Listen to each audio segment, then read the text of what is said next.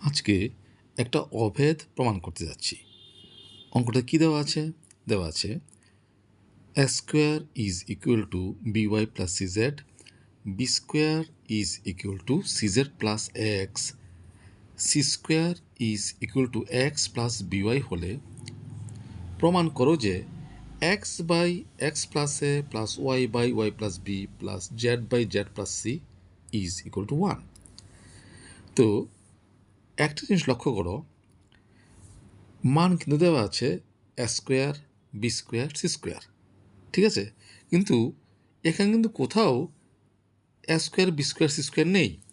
R A square, B square, C square যদি না থাকে তাহলে আমি এই মানগুলো বসাতে পারবো না। তাহলে আমার প্রথম কাজ হবে এমন কিছু করা যাতে করে এই বাম পক্ষতে A square, B square, C square চলে আসে। এখন কেমন করে করতে পারি লক্ষ্য করো। তাহলে বাম পক্ষ থেকে আরম্ভ করছি, লেফট হ্যান্ড সাইড কী আছে, যা আছে তাই লিখি, X by X plus A plus Y by Y plus B plus Z by Z plus C.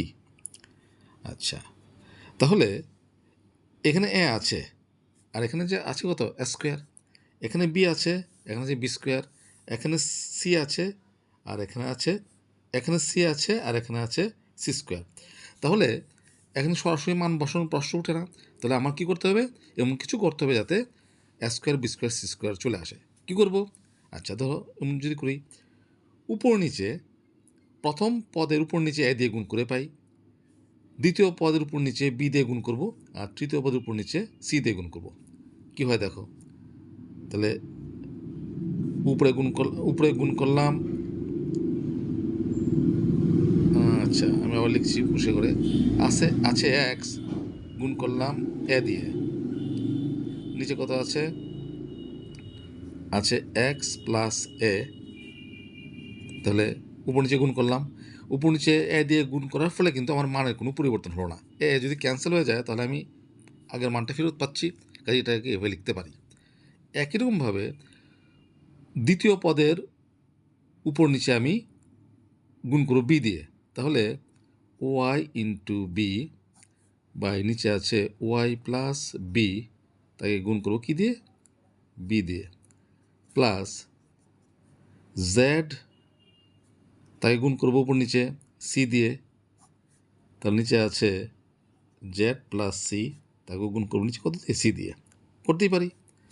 আচ্ছা, তারপরে কি হলো, উপরে যা আছে তাই থাক, এক্স, আর নিচে কী করবো, এ দিয়ে গুণ করবো, এক্সকে এ দিয়ে গুণ করো, এক্স প্লাস একে এ দিয়ে গুণ করলে এ স্কোয়ার, এই দেখো এ স্কোয়ার চলে এসছে, কিন্তু এই যে এ স্কোয়ার আছে, তাহলে এ স্কোয়ার মানটা এখানে আমি বসাতে পারবো, প্লাস ওয়াই বি, এটা একটু সাজিয়ে লিখি, বি ওয়াই, একই কথা, বি দিয়ে নিচে গুণ করো, তাহলে বি ওয়াই প্লাস বিকে বি দিয়ে গুণ করলে বি স্কোয়ার, দেখো বি স্কোয়ার চলে এসছে, তাহলে বি স্কোয়ার মানটা বসাতে পারবো, প্লাস সি ইন্টু জেড, যে সি দিয়ে গুণ করো, সি জেড প্লাস সি দিয়ে সিকে গুণ করলে সি স্কোয়ার, দেখো এখনও সি স্কোয়ার চলে আসছে, তাহলে এখানে সি স্কোয়ার মানটা খুব সহজে আমি বসাতে পারবো,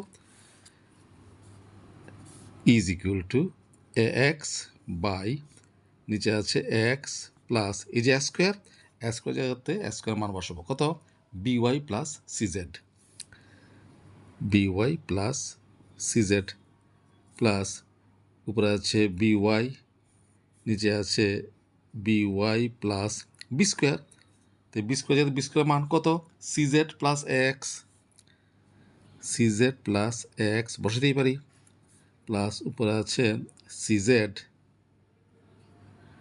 নিচে আছে C Z plus C square, C square মানটা বসিয়ে দিই কত, X plus B Y, A X plus B Y. এখন লক্ষ্য করো, নিচে সবগুলো পদের, তিনটা পদেরই বা তিনটা টার্মের নিচে কী কী আছে, X plus B Y plus C Z, X plus B Y plus C Z, X plus B Y plus C Z আছে তো। তাহলে যেহেতু তিনটা পদের নিচে একই রাশিমালা আছে, লসাগু যদি করি অর্থাৎ কমন নিলে এই কী হবে, সাজিয়ে লিখে ফেলি x plus B Y plus CZ, একই কথা।